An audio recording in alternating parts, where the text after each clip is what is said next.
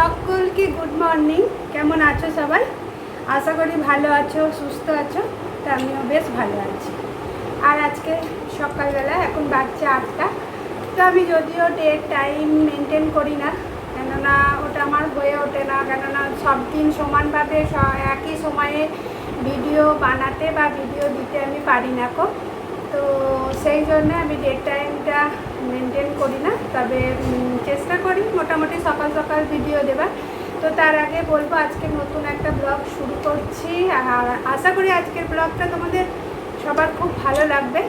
আর আগের ব্লগে যে যেমন কমেন্ট করেছো সকলকে অনেক ধন্যবাদ, বিশেষ করে মিতালি জুয়াল, মিতালিকে অনেক ভালোবাসা, অনেক ধন্যবাদ। দেবলিনা লাইফস্টাইল আমাকে কমেন্ট করেছো, তো তোমাকেও অনেক ভালোবাসা, ধন্যবাদ। আরও যারা যারা কমেন্ট করেছো সকলকে ভালোবাসা, ধন্যবাদ জানিয়ে আজকে নতুন ব্লগে সকলকে স্বাগত। তো আশা রাখবো আজকের ব্লগটা সবটা তোমরা দেখবে, আর আশা করি ভালোও লাগবে। তো চলো সঙ্গে থাকো। আর তার আগে এখন তো সকালবেলা, তাই জন্য একটুখানি চা নিয়ে বসে পড়েছি। তো চা খেতে খেতে ব্লগটা শুরু করলাম। তো চলো সারাদিন আর কি করব না করব সবটা তোমাদের সঙ্গে নিয়ে।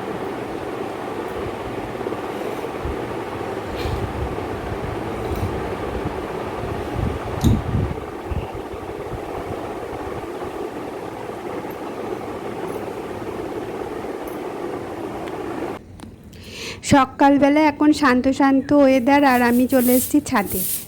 তো ছাদে এসে এখন ছাদটা খুব নোংরা হয়েছিল, ফুল পাতা পড়ে একদম চারিদিকে একদম খুব নোংরা হয়েছিল। আর নোংরা হয়ে থাকলে দেখতেও খুব খারাপ লাগে, সেই জন্যই আমি সকালবেলা ঠান্ডা ঠান্ডা ওয়েদারে একটুখানি ছাদে এসেছি। আর ছাদে এসে ছাদটা একটুখানি গুছিয়ে বাগিয়ে ঝাঁট দেওয়ার ছিল, তো সেই ঝাঁটটাই দিচ্ছি। তো মাঝে মাঝে এরকম ছাদটা আমাকেই নিজেকেই ঝেঁটিয়ে নিতে হয়, অনেকটা বড় ছাদ। তো ছাদটা এখন ঝেঁটিয়ে নিয়ে তারপরে তো এখন নিচে অনেক কাজ বাকি আছে। আর এদিকে আমার দেখতেই পাচ্ছ কাচাকুচি হয়ে গেছে, জামা কাপড়গুলো মেলাও হয়ে গেছে। আর সকালবেলা উঠে আমি প্রথম যে কাজটা করি, তখন উঠেই আগে গেটে জল, তারপরে ফুল তুলে নিয়ে এসে ব্রাশ করে চাটা খেয়ে তারপরে এসেছি ছাদে। তো ছাদটায় বেলাতে এলে কি হয় জানো তো, বেলাতে এলে খুব রোদ হয়ে যায়, তখন রোদেতে কাজ করতে আমার খুব কষ্ট হয়। সেই জন্যই আমি সকালেই এসেছি। আর না হলে এক একদিন মনে হয় যে চান করার সময় একটুখানি পরিষ্কার করে দেব, কিন্তু সেটা আর হয়ে ওঠে না, কেননা প্রচুর ছাদটায় রোদ হয়ে যায়।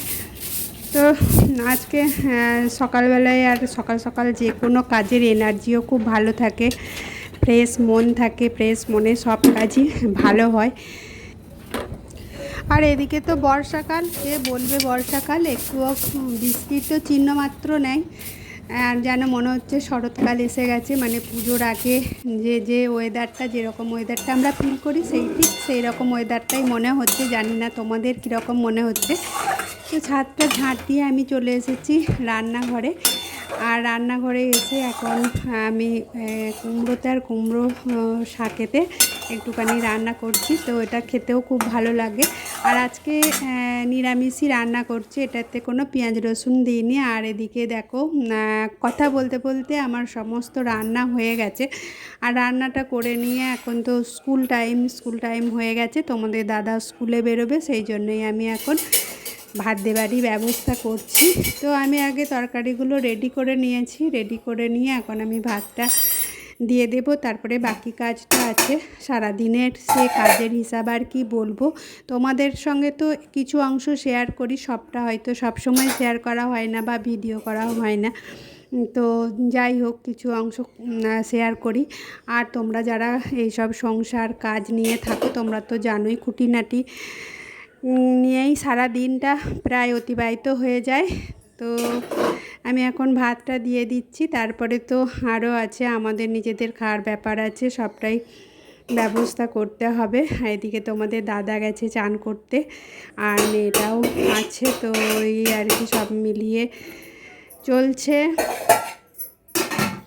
আর জানো মাঝে মাঝে সংসার করতে করতে চারিপাশের খোঁজ খবর সব কিছু নিতে নিতে নিজের কাজ থেকে অনেক সময় বিচ্যুত হয়ে যাচ্ছি, মানে ঠিক সময়ে ঠিক কাজটা করতে হয়তো পারছি না কো। আর সেই জন্যেই যেমন ধরো আমি তোমাদের সঙ্গে ভিডিও শেয়ার করি, তো শেয়ার করি আমারও মনটা খুব খচখচ করে, কিন্তু সব সময় আবার হয়ে ওঠে না, কিছুটা পিছনে চলে যাচ্ছি মনে হচ্ছে যেন।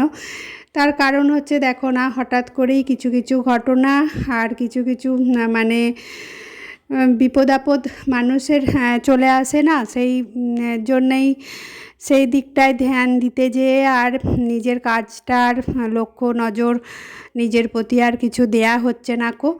তো যেমন আমি গেছিলাম পরশু দিনেই গেছি ডাক্তারখানা, মানে বলতে গেলে বাঁকুড়া হসপিটাল গেছিলাম। আর ওখানে আমার আত্মীয় বলতে তোমাদের দাদার যে মামা, ওনার কি খুব ক্রিটিক্যাল পরিস্থিতি হয়ে গেছিলো। আর এই পরিস্থিতি এতটাই ক্রিটিক্যাল হয়ে গেছিলো যে সঙ্গে সঙ্গে অপারেশন করতে হবে। তো সেই জন্যেই সবাই একটুখানি মাইন্ডটা চঞ্চল হয়ে গেছিলো। আর এই দুদিন এই সব নিয়েই কেটে যাচ্ছে জানো। আর এই সব নিয়ে কাটলে মনের মধ্যে একটা চিন্তা টেনশন, বা সবাইকে নিয়েই তো সংসার, তো এইসব চিন্তা টেনশন সব মনের মধ্যে থাকলে তখন আর মনে হয় না যে ভিডিও আপলোড করি। ভিডিওগুলো আমি দিনের দিনে করি, কিন্তু সব সময় এডিট করে ভয়েস ওভার দিয়ে দেয়া সম্ভব হয় না। যেমন হঠাৎ করে মনে করলাম ভিডিও করে দেব, আর সকালবেলাতেই এরকম খবর পেলাম যে এরকম উনি লোকাল হসপিটালে প্রথমে ভর্তি হয়েছিলেন, মানে কাছেই ডাক্তারে, তারপরে বর্ধমান, আর বর্ধমান থেকে একদম বাঁকুড়া। তো বর্ধমানের চিকিৎসার থেকে বাঁকুড়ার ট্রিটমেন্ট নাকি অনেকটা ভালো, সেই জন্যেই বাঁকুড়ায় ওনার ছেলেরা করেছেন, সিদ্ধান্ত নিয়েছেন যে বাঁকুড়াতেই ট্রিটমেন্টটা করানো হোক। তো সেই হিসাবে ওরা রাত্রিবেলাতেই বাঁকুড়া নিয়ে চলে গেছে। তো রাত্রিবেলাতে নিয়ে যাবার পরেই পরের দিনেই ওটি করতে হয়েছে। তো খুবই ক্রিটিক্যাল পরিস্থিতি, এখনও কোনো মুখে খাবার দেয়নি, কোনো কিচ্ছু না, সেলাইন চালানো আছে, তারপরে নাকের মধ্যে রাইস টিউব দেওয়া আছে, এইসব নিয়ে চলছে। মনটা সবসময় একটা চিন্তার মধ্যেই আছি, যতই হোক আত্মীয় পরিজন বা চারপাশের সকল মানুষগুলোকে নিয়েই তো সংসার, শুধু নিজের ভালো থাকাটা নিয়ে তো আর সংসার নয় বলো। জানি না তোমাদেরও চারপাশের মানুষগুলো ভালো থাকুক, সেটা নিশ্চয়ই তোমরা চাও, সেই রকমই আমাদেরও চারপাশের মানুষগুলো যাতে ভালো থাকে, সবাই যাতে নিরাপদে থাকে, সুস্থ থাকে, সেটা থাকলেই মনটা সন্তুষ্ট থাকে, তখন আর মনের মধ্যে কোনো চিন্তা টেনশন কিছু থাকে না। আর এদিকে দেখো না, বিপদ যখন আসে চারিদিক থেকেই আসে, ওদিকে মামারও শরীরটা খারাপ, আর এদিকে আমার মেয়েরও দেখো না প্রচুর জ্বর, শরীর খারাপ। তো জ্বর শরীর খারাপ নিয়ে তো আমরা রবিবারেই চলে যেতাম হয়তো, কিন্তু রবিবারে যেতে পারিনি, কেননা বড় মেয়েটার প্রচুর জ্বর, শরীর খারাপ, কাশি হচ্ছে, মানে আর কি ভাইরাল ফিভারগুলো হচ্ছে। যাই হোক, ওকে তো ওষুধপত্র দিয়ে থামানো গেছে কোনো রকমে। হ্যাঁ, তো এই এখন মামাকে নিয়েই চিন্তার মধ্যে চলছে। তো কথা বলতে বলতে তোমাদের দাদাকে তো খেতে দিয়ে দিয়েছি, আর ও খেতেও বসে পড়েছে। আর এদিকে আমাদেরও টিফিন টাইমে খাওয়ার জন্য খাবারটা বাড়ছি। তো আমরা জানোই তো, তোমাদেরকে বারবারই বলেছি যে মুড়িটাই বেশি প্রেফারেবল। হ্যাঁ, তো রুটি বা লুচি এগুলো কমই হয়, তো রুটিটা হয় কিন্তু লুচিটা কম করি, যেহেতু তেলের খাবারটা আমরা একটুখানি অ্যাভয়েড করে চলি। আগে প্রচুর তেলের খাবার হয়ে যাচ্ছিলো, তাতে শরীর গতিকও ভালো থাকে না কো তেলের খাবারটা, ওই জন্যে আমরা এখন একটু অ্যাভয়েড করি। যেমন বেগনি, তারপরে চপ, এগুলো একটু বেশিরভাগ ক্ষেত্রে অ্যাভয়েড করেই চলি। তো এদিকে দেখো আমাদের খাবারটা বেড়ে নিয়েছি, আর একসঙ্গে তোমাদের দাদারও টিফিনটা ভরে দিলাম। তো সব দিকটা সামলে বাগিয়ে গুছিয়ে তারপরে নিজে একটুখানি টাইমে খেতে হবে, নিজের দিকে খেয়ালও রাখতে হবে। আর তোমাদেরও কেউ বলছি, তোমরাও নিজের দিকে খেয়াল রাখবে, কেননা আমরা যারা সংসারী মানুষ, তারা নিজের দিকে যদি খেয়াল না রাখি তাহলে সংসারটা ঠিকঠাক করে মেনটেন করতে পারবো না, তাই না? তো সেই আর কি। তো নিজে একটুখানি খাবারটা অনেকটা দেরিও হয়ে গেছে, মানে 10টা বাজছে। আর তোমাদের দাদাও স্কুলে 10:30টার সময় বেরোয়, তো কাছেই স্কুল যেহেতু সেহেতু খুব একটা সময় লাগে না, ওই জন্যই ও চান টান করে 10টার মধ্যেই খায়। আর এদিকে দেখো না, এদিকে খাবারটা বাড়তে বাড়তে পাম্পটা চালিয়েছিলাম, ওটাও ভর্তি হয়ে গেছে। তো পাম্পটা এখন বন্ধ করে দিলাম, সব দিকেই খেয়াল রাখতে হচ্ছে। হ্যাঁ, তো যাই হোক, দুপুরটা ভালোভাবেই কেটে গেছে। তোমাদের দাদা স্কুল গেল, আমরাও খেলাম, বা তারপরে চান ফান করে বাকি কাজ করে একটুখানি রেস্ট টেস্ট নিয়ে নিয়েছে। আর এই বিকেলবেলায় একটুখানি মেয়েটার জন্য টিফিন বানাতে হবে, তার মানে ছোট মেয়ের জন্য। সেই জন্যই একটুখানি পাউরুটি ছিল, তো পাউরুটি দিয়ে একটুখানি ডিম টোস্ট করে দিচ্ছি ওকে। তো পাউরুটি দিয়ে ডিম টোস্ট আমি একটুখানি পেঁয়াজ কাঁচা লঙ্কা কুচি দিয়েছি, আর পাউরুটিটা আগে একটুখানি সেঁকে নিয়েছি। তার কারণ হচ্ছে পাউরুটিটা আগে সেঁকে নিলে কি হয়, কোনো অম্বল হয় না বা শরীর খারাপ করে না। সেই জন্যই আমি পাউরুটিটা আগে একটু সেঁকেই নিই, কাঁচা পাউরুটিটা দিই না কো। আর ডিম টোস্টটা ওকে করে দিচ্ছি। আর করতে করতে তোমাদেরকে বলছি যে তোমরা কিন্তু আমার হাত ছেড়ে যাবে না, তো সবাই কিন্তু আমার সঙ্গে থাকবে। যাদের একটুও ভিডিওটা ভালো লাগবে তারা একটুখানি লাইক কমেন্ট করে পাশে থেকো। আর আমার চ্যানেলটা যদি খুব ভালো লাগে তাহলে তোমরা অবশ্যই সাবস্ক্রাইব করবে। তো এইভাবে যদি পাশে থাকো নিশ্চয়ই আমি এগিয়ে যাব। তো মাঝে মাঝে ব্রেক হচ্ছে, তার জন্য আমি দুঃখিত। কি করব বলো, সব দিকটা সামলাতে গিয়ে চারিদিক করতে হয়, একা মানুষ, সবটাই তো জানো। তোমরাও নিশ্চয়ই আমারই মতন সংসারী যারা আছো তারা নিশ্চয়ই ব্যাপারটা নিশ্চয়ই বুঝবে। তো এই যে কথা বলতে বলতে ডিম পাউরুটিটা প্রায় হয়েই গেছে। আর ছেলেমেয়েরা বাইরে বেরোবে, বাইরে বেরোনোর জন্য যদি খাবারটা আমি ঠিকঠাক বানিয়ে দিতে পারি তাহলে ওদের খেয়েও যেমন তৃপ্তি হয়, আর আমারও মনের একটা তৃপ্তি যে খাবারটা ওদের সঙ্গে আছে, যখন খিদে পাবে তখন ওরা ঠিকঠাক খেয়ে নিতে পারবে। তো সেই জন্যই সবসময় চেষ্টা করি যে খাবারটা বাড়ি থেকে বানিয়ে দেওয়ার। আর আরেকটা ব্যাপার হচ্ছে, কেনা খাবারের থেকে বাড়ির খাবারটা খাওয়া স্বাস্থ্যকর। আমি যেটা ভালো মতন করে বানিয়ে দেব, সেটা বাইরের খাবারে অনেক ভেজাল থাকে বা তেলগুলোও ঠিকঠাক থাকে না কো। তো সেক্ষেত্রে শরীরের প্রবলেম হতে পারে, আর ওদের শরীরের প্রবলেম হওয়া মানেই আমাদেরও মানে মন চঞ্চল হয়ে ওঠে, আমরাও অস্থির হয়ে উঠি।